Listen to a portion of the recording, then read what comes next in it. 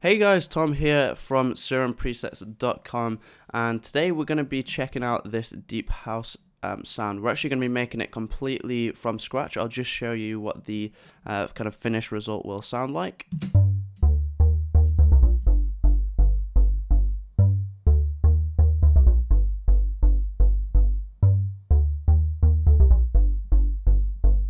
So as you can tell, that's a really popular melody from a really popular deep house song. It's a really warm, fat, kind of classic deep house bass. We're going to be diving into that in just a second, but first of all, I'll just mention, guys, if you want to grab yourself a deep house preset pack for Serum, handcrafted by me, you can go check that out at SerumPresets.com. There's further details about what's included in that. There's 32 basses, 32 leads, 32 pads, 16 key sounds and 16 effects. There's also an audio demo on there for you guys to check out, and that's Deep House Volume 1 at SerumPresets.com. But without further ado, let's kind of delve into how to go about making a sound like this completely from scratch. Okay, so let's dive into making the sound. So first of all, we just have an init preset here. If you want to start off with a blank preset, just go to the menu and click initialize preset here, and you'll get this. And if we play this at the minute, we'll just hear a simple saw wave. And that's just coming straight from Oscillator A. And in the sound, we are going to be using Oscillator A and probably B as well. But for now, we're going to start off in the sub oscillator, because that seems logical. So I've just turned on the sub oscillator here, and if we just play this, it is a little bit bassy, but for my liking, for the kind of low end of the sound that this is meant to be providing, there's way too many high frequencies there and not enough actual low end. So what we're going to do is actually pitch this down -1 octave.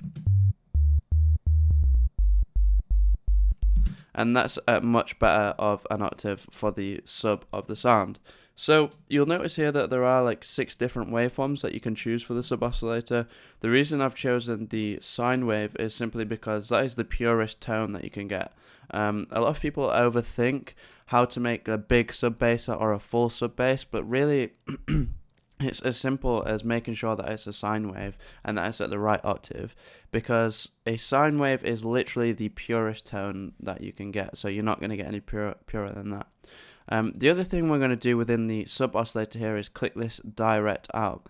Now, this is a really great feature in Serum, and you could actually do this within Massive, but you had to go into the routing tab, and it was a bit of a hassle.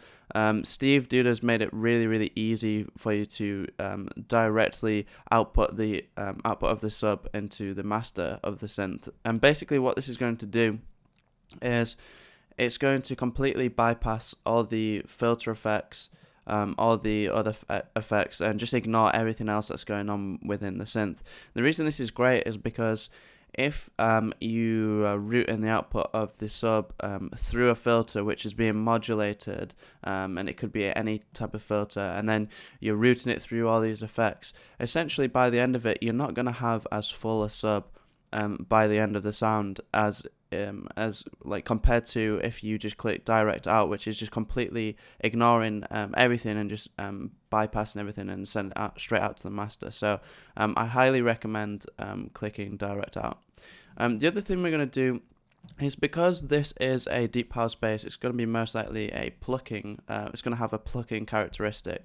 So what we're going to do is actually use envelope 1 here to create a kind of plucking characteristic, and we're going to drag and drop this onto the amplitude level of the sub, and now we're going to have something that amplitude wise much more resembles a deep house bass.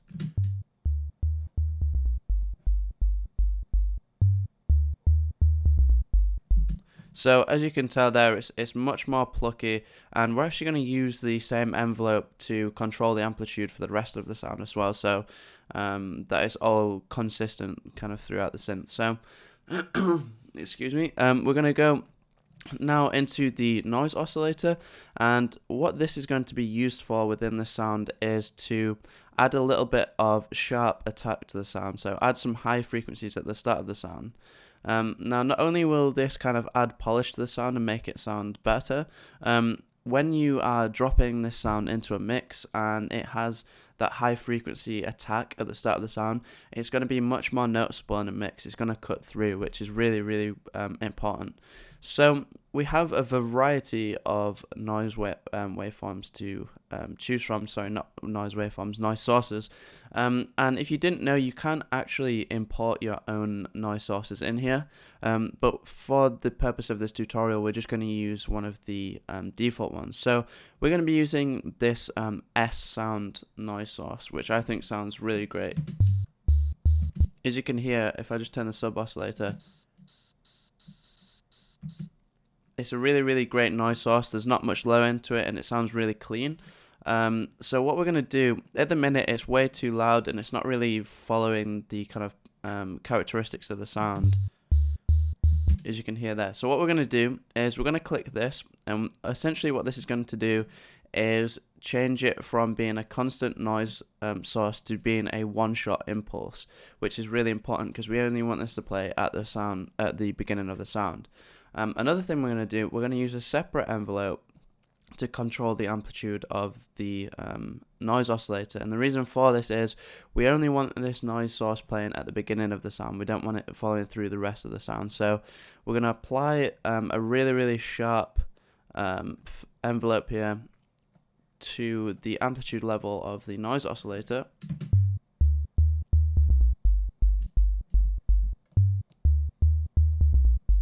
So already you can kind of hear the sound coming together, and that adds a really, really nice bit of attack to the beginning of the sound. So that's our kind of sub oscillator and noise oscillator sorted. Let's move on to oscillator A and B.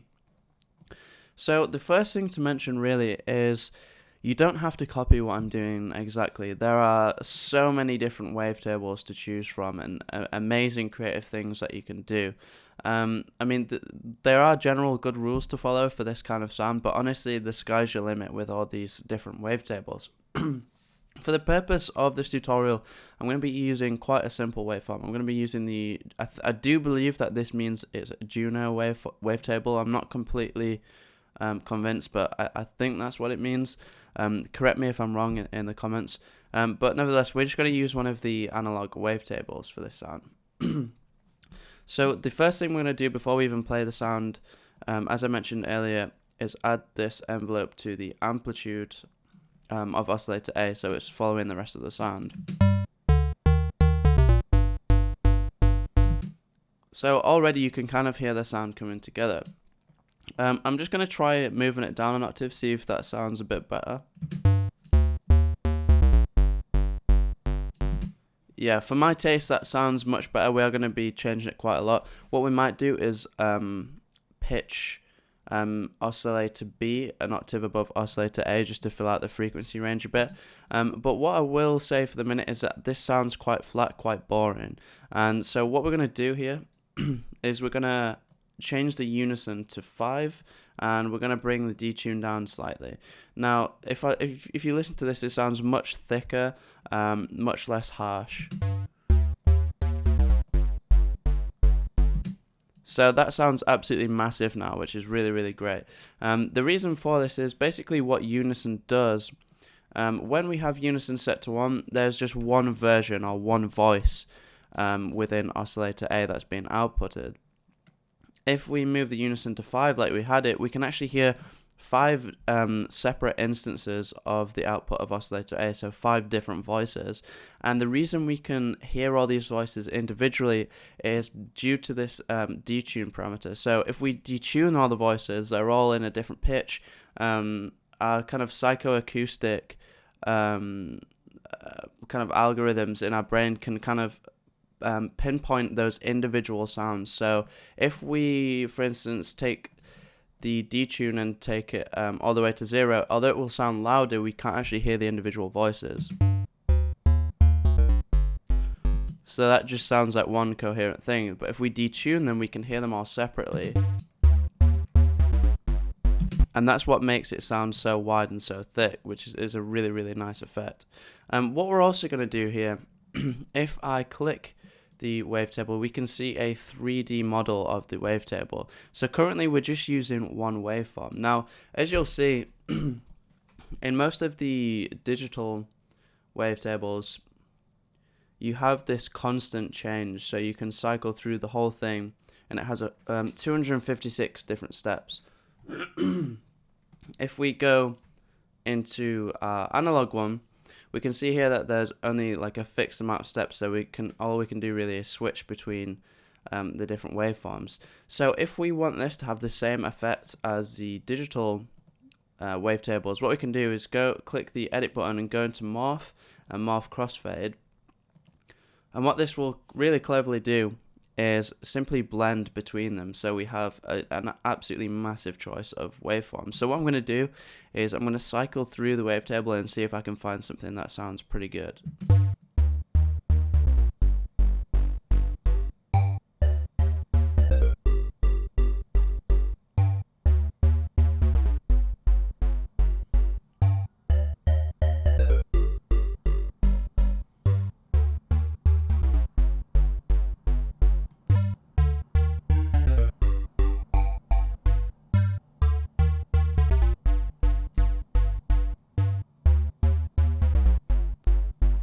So I really like the sound of Oscillator A in that position. What you can also do, obviously, is because any of the parameters within Serum you can modulate, you can simply drag and drop an envelope onto this, and what this will do is automate the wavetable position, which will add a lot of interesting characteristics.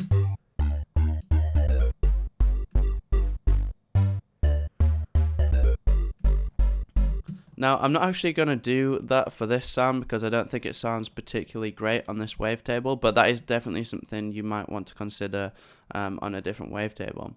So that's the sound we have so far. What I'm also going to do is add Oscillator B, and just for the sake of consistency, we're going to use the same wavetable.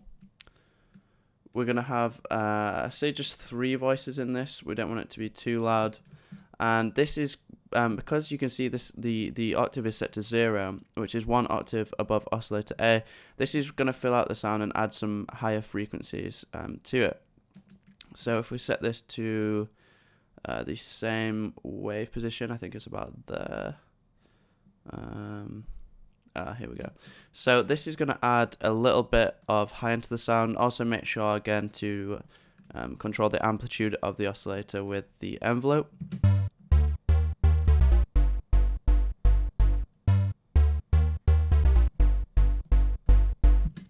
So as you can tell there, that's been really filled out, but it's still missing something, and that something is a filter.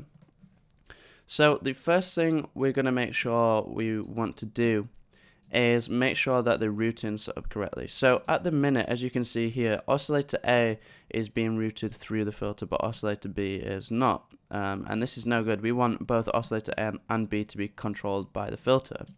So that's really easy to sort out. You just click that button here.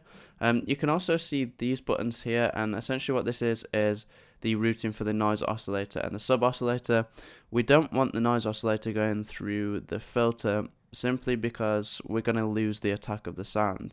If we are using a low pass filter, for example, and we're cutting off a lot of the high frequencies, a lot of the attack of the noise and the high frequencies in the noise oscillator are going to be cut, which is really not good. So and as I already mentioned earlier, the sub oscillator is being directly outputted because we don't want that to be affected by anything else either. So there are really a variety of filters to choose from. There are tons. There's your basic low pass filters, high pass, band pass, peak and notch. You also have these multi-mode filters. You have all kinds of crazy comb filters, flanges, phasers, and then some really unique ones like the reverb filter, which I'll probably do another video on at some point. For the sake of this tutorial, we're just going to use one of the basic low-pass filters.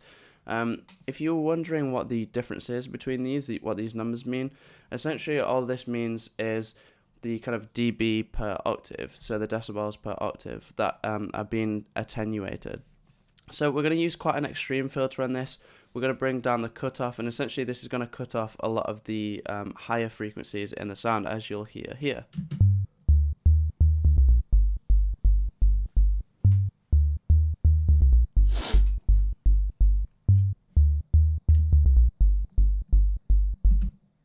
So although that sounds quite good, and we can actually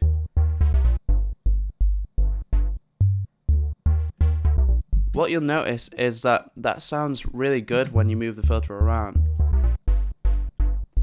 So wouldn't it be good if there was a way to make that happen automatically?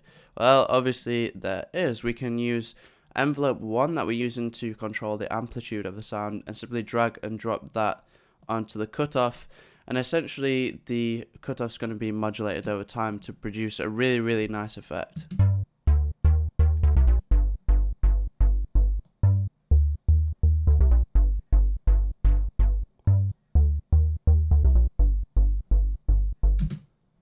Now I think I've just realized that the noise is a little bit too loud, so we're going to adjust it a little bit.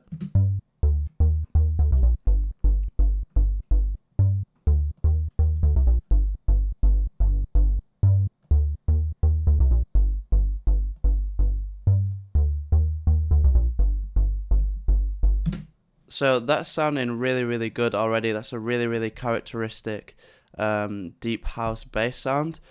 So there are a lot of other creative things you can do with the filter in Serum, but this is quite a basic sound and the video is getting quite long, so I'm going to move straight on to the effects.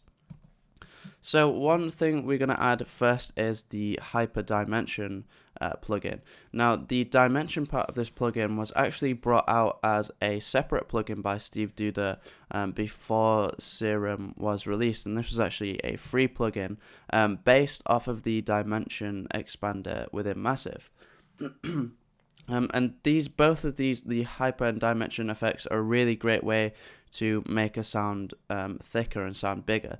I've already gone over that adding unison can make a sound thicker, and that's actually a similar way to how the hyper plugin works. So if you just listen to the difference with it on and off, you'll actually be able to hear that. Bear in mind that at the minute the dimension effect isn't on, simply because the mix is set to 0. So right now we're only hearing the hyper effect.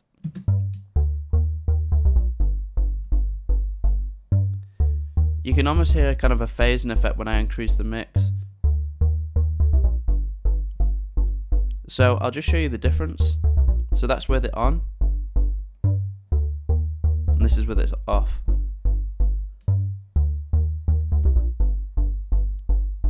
It's really subtle, but it makes such a big difference and adds a lot of polish. So we're actually going to keep that as is. I might do another video going into more depth about this, but as I said, I want to keep the video quite short.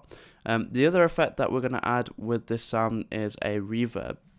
So if we listen to this at the minute, although it does add a nice effect to the sound, it is way too wet of an effect. So what we're going to do is actually reduce the mix so we hear more of the direct sound and less of the reverb.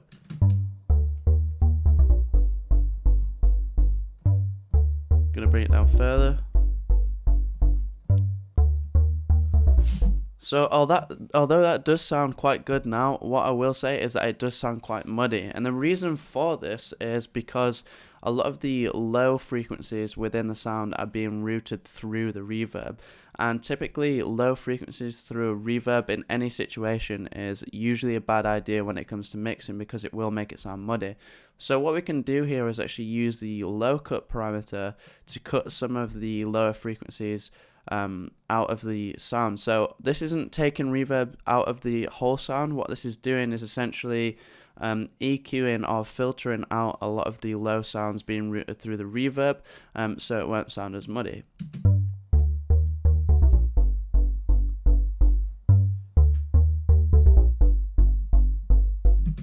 And there we have it. That's completely finished pretty much. That's a really nice sound. I'm really happy with the way that this has gone. There are a lot of other kind of more advanced techniques that you can use, but this has been quite a basic video just to get that kind of classic deep house sound. We've covered a lot: the sub oscillator, the noise oscillator, unison, some filtering techniques, some modulation. There's all kinds of crazy modulation you can do. We've actually only used effects in the sound. You can do stuff with LFOs as well. But that pretty much covers the sound, guys. So thanks a lot for watching. If you want to check out my store, you can go to SerumPresets.com. I actually have a deep house preset pack with loads of good sounds like this. 32 basses, 32 leads, 32 pads, 16 keys, and 16 effects. You can go check that out again at SerumPresets.com. If you have any questions, feel free to leave them in the comment section below. I really appreciate you liking my videos. That really helps promote my videos. And yeah, if you want to stay up to date with more deep house tutorials, more tutorials for other types of sounds with Serum, I'm only going to be uploading stuff to do with Serum on this YouTube channel. So if you want to stay up to date with that, feel free to subscribe. Thanks a lot for watching, and I'll see you in the next video.